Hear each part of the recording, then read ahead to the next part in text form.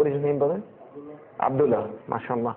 Let's say me and Abdullah are best friends, we're brothers in deen, we're roommates, and we've been roommates for years and years and years. And let's say brother Abdullah has contracts an illness, a disease, that is one of the most painful diseases that any human being can ever go through in his life, and it's not something that's going to kill him quick.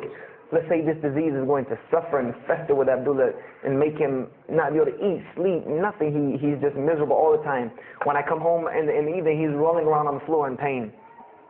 And let's say I know him in this condition, and let's say one day I come across the cure for his disease. Someone tells me that if you give this to Abdullah or anyone like him, he will be instantly cured and he will never suffer again. And let's say I take that and put it in my pocket, and I don't give it to Abdullah. Why? Why don't you give it to Abdullah? Well, number one, I'm way too busy. I have 2 jobs, going to school, I have a long commute back and forth, I got to drive up and down the 405 every day. I don't have time to give Abdullah this medicine, man. If he wants the medicine, he'll go get it himself. I don't have time. I'm really busy.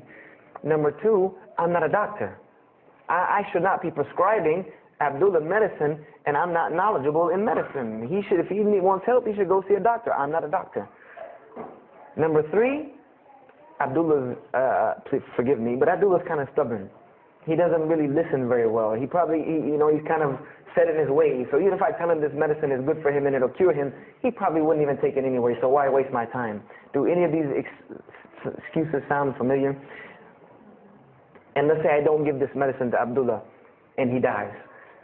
And let's say he dies the most painful death that you can ever imagine. I want to ask you a kind of rhetorical question.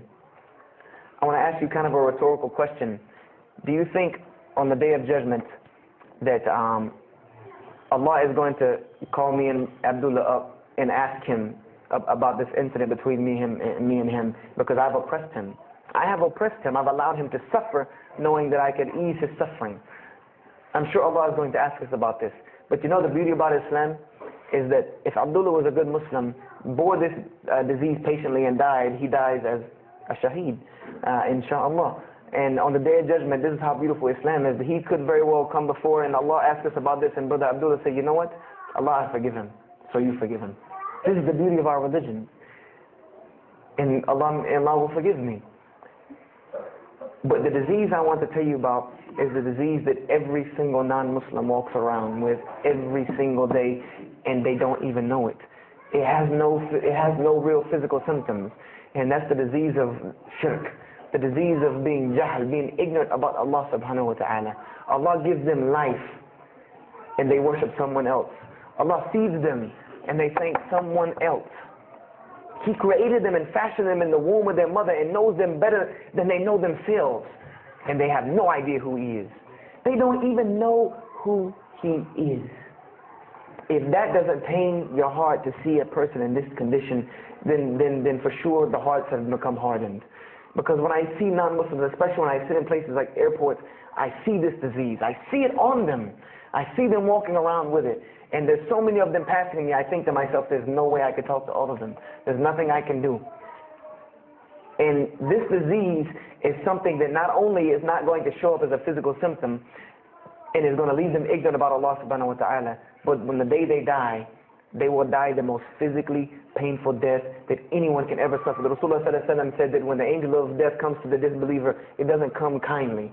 He yanks the soul through the nose, and it's as if his flesh is torn from his bones.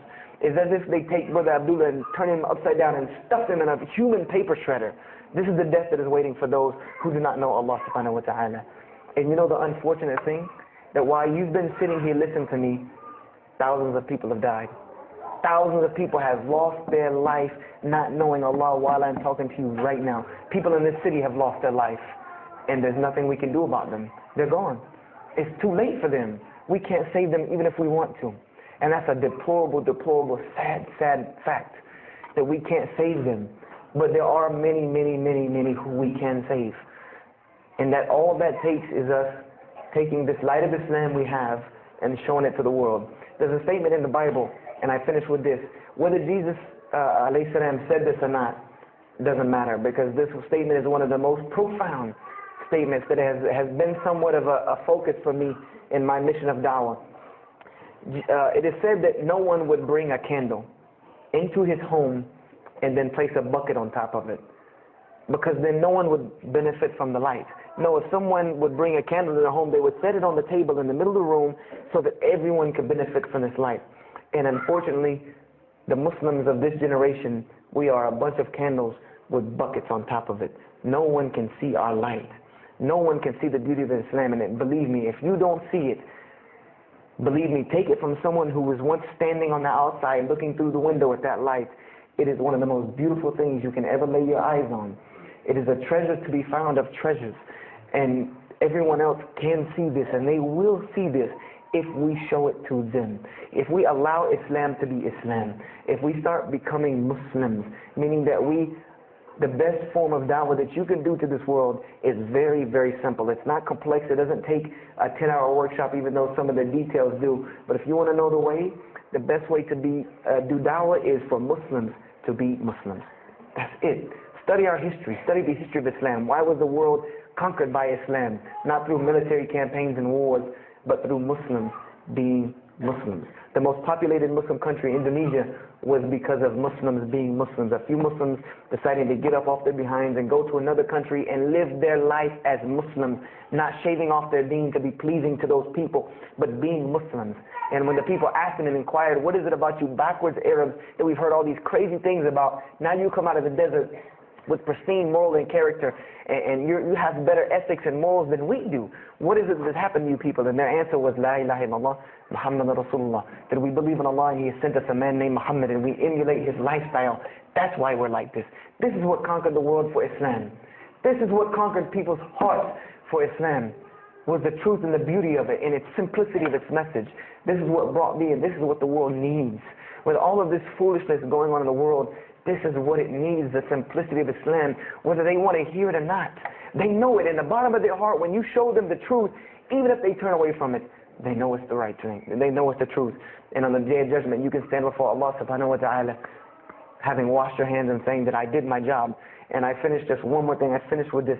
If you don't believe this is important, if you don't believe this is one of the most important things you can do as a Muslim, then the last statement of Prophet Muhammad ﷺ to the Muslims as a whole, he gave his farewell sermon. And we know that what his farewell sermon was a summary or a synopsis of what Islam is and its general principles. And he knew this was the last thing he was going to say to the Muslims as a whole. And how did he end this sermon? Those who are here, pass this on to those that are not here. For verily it may be that the last one that hears my message may understand it and knows right here among us. He gave a command to those Muslims to pass it on, and for those Muslims to pass it on, and for those Muslims to pass it on, until there was no one left to hear this message. This was a command he gave, the last command he gave to this ummah as a whole. And then what happened? He pointed his finger to the heavens and said, "O Allah, bear witness that I have indeed conveyed your message." And upon saying this, what happened? Allah revealed the surah, "This day I have perfected for you your deen and completed my favor for you and chose for you Islam as your religion." And the last statement that Prophet Muhammad ﷺ gave to us before this was revealed was that we must pass this message on. He gave us that duty. He took that duty that was only reserved for prophets. No one else, no other. If you don't believe me, go read Surah Al-Bayyinah about what was commanded of the other nations. No other nation was given this opportunity and blessing to pass on this deen except us, because there are no more prophets coming. So the job falls on our shoulders. Qurans are not going to fall out of the sky and hit people when they're walking down the street. This job has now become ours. And just like if the Prophet Muhammad ﷺ had not done his mission, he would have been accountable before Allah.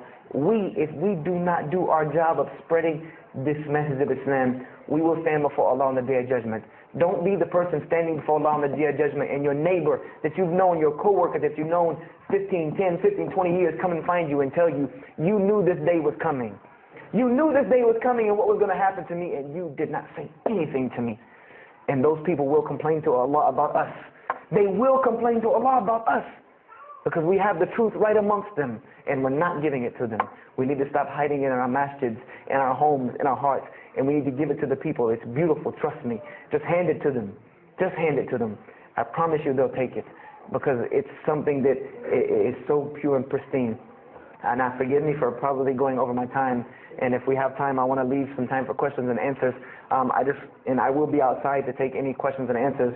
The only last thing I want to announce and let you brothers and sisters know is one of my biggest dawah projects is a DVD project that I do. And my goal is to put a DVD about Islam in the hands of every single person in the United States of America. Right now I'm working on Florida and I have other brothers working in other places because people will watch a DVD. We did studies on this, and people will watch media before they'll read a book or before they'll listen to an audio CD. And alhamdulillah, through these DVDs we've gotten, I would say, an average about 2 shahadas a month. Because my personal contact info is on the DVDs, and people watch them and they call me and I converse with them, and usually most of them accept Islam. I just had a shahada the day before yesterday from Irvine, Texas, from someone who had bought the DVD and given it, a Muslim had bought it, gave it to his friend. His friend hated it or didn't want it, so he gave it to another person, and that person gave it to a co-worker at work who watched it and accepted Islam. So this is one of my biggest projects.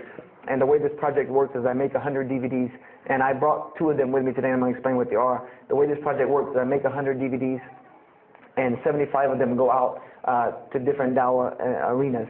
And the other 25 I make available for Muslims to purchase for 2 reasons, so that they can be, so that I can buy another 100 to make, and so that you can share in this ajr along with me. Because when you purchase a DVD that makes another DVD, or you give it to a friend, then you share in this ajr with me. And everyone knows that dawah is the biggest pyramid system because of the hadith of Rasulullah sallallahu alaihi wasallam, that one who calls to guidance gets the same reward as the one guided, without that reward being lost from him. So I make these DVDs available to the Muslims so that you can put a little effort in dawah and make another 100 inshallah. So I brought 2 today, and they're outside. One of them is called Islam in the Bible, which is basically what I just told you in a PowerPoint format, so that you could see all these verses that I saw, all these things that I read that allowed me to see the truth of Islam very clearly when I saw it, and I coincide them with the Quran so that you could see them. And there's another one the other one's called The True Gospel of Jesus Christ, where I go through the New Testament. Well, first part I think is an interview about me and my story to Islam, and there's some other Q&As on the other DVDs about nature of God and all these different things. But it's a PowerPoint presentation about the New Testament and Jesus Christ, and how you can prove to someone that Jesus Christ taught Islam from the New Testament, from their own book, that they have to agree. They either have to believe it or reject it. And if you believe it, then you have to believe what I'm saying is true about Islam. If you reject it, then this is your book, not mine. So, I try to use these 2 teaching methods, and they also can be given to non-Muslims because they're in a PowerPoint format. They're in a very educated format, and they're available outside for $10 each. So if you could, please don't make me take any of them back home, because they always hassle me about taking 200 DVDs on an airplane anyway. So please come and get them, and if you have any questions, my contact info is on there and everything. If you have any more questions for me, and my website and everything, I thank you for your time. And if anything has been of benefit, know that truly all good comes from Allah subhanahu wa ta'ala. And if anything that I have said is incorrect or hurtful or shameful, know that indeed that comes from my own nafs and my own lack of understanding. أقول هذا واستغفر الله لي ولكم فاستغفروه إنه هو الغفور الرحيم. السلام عليكم ورحمة الله وبركاته.